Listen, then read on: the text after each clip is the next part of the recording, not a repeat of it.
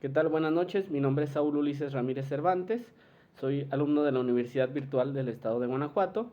El número de mi matrícula es 2102-6906. El nombre de este reto a realizar es la jurisprudencia del módulo Juicio de Amparo número 1 de la licenciatura de Derecho.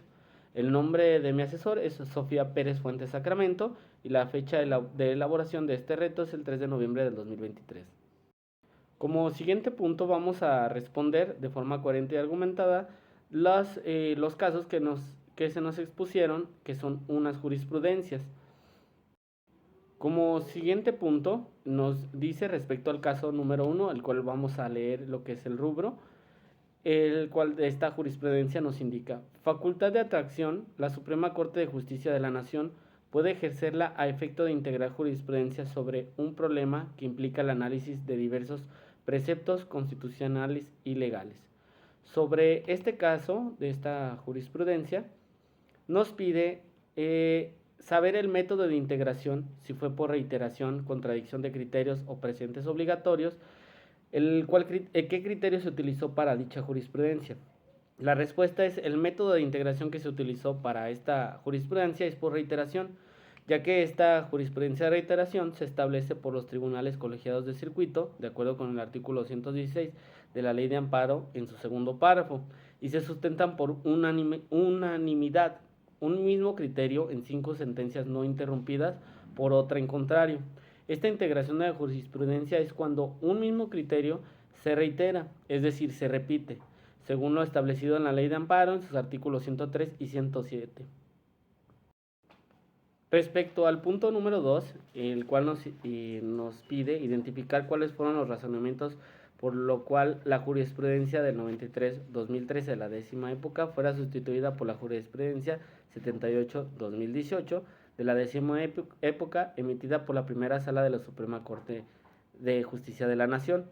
Para esto vamos a leer lo que es el rubro de esta jurisprudencia, en el cual nos indica: sistema de justicia penal acusatorio oral contra el auto que ordena la citación del investigado a la audiencia inicial.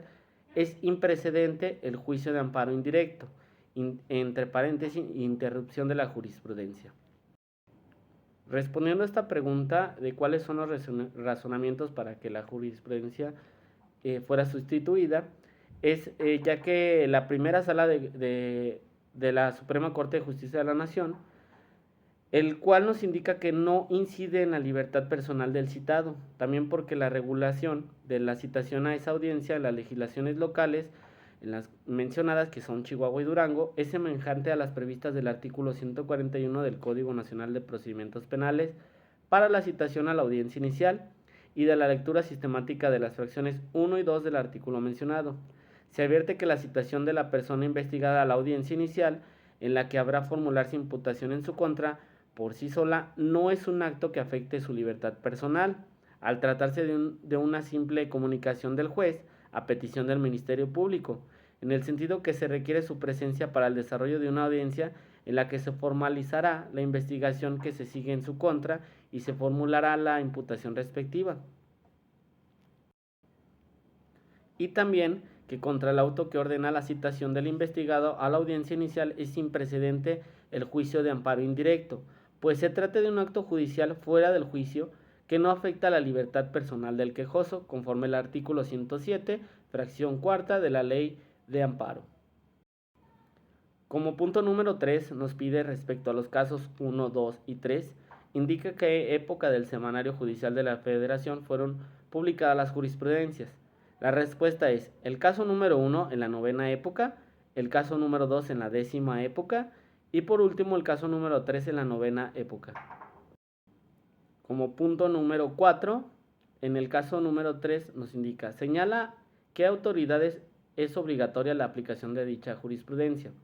La respuesta es: al ser una tesis emitida por el Pleno, como se observa en la parte superior izquierda, el artículo 217 de la Ley de Amparo indica que la jurisprudencia que es establecida por la Suprema Corte de Justicia de la Nación será obligatoria para todas las autoridades jurisdiccionales de la Federación y de las entidades federativas, con excepción de la propia Suprema Corte. Como punto número 5 nos dice: en el caso número 1, identifica si se cumple con el requisito establecido en el artículo 223 de la ley de amparo respecto a los votos que se deben emitir para su aprobación. La respuesta es sí cumple con el requisito que es establecido en el artículo 223, el cual nos indica las razones que justifiquen la decisión contenidas en las sentencias que dicten las salas de la Suprema Corte de Justicia de la Nación constituyen presentes obligatorios para todas las autoridades jurisdiccionales de la Federación y de las entidades federativas cuando sean tomadas por mayoría de 4 votos. Las cuestiones de hecho o de derecho que no sean necesarias para justificar la decisión no serán obligatorias. Y como podemos observar, nos indica que se estableció con 5 votos, por el cual cumple con el requisito que solicita el artículo 223 de la Ley de Amparo. Como inciso C, nos pide una conclusión.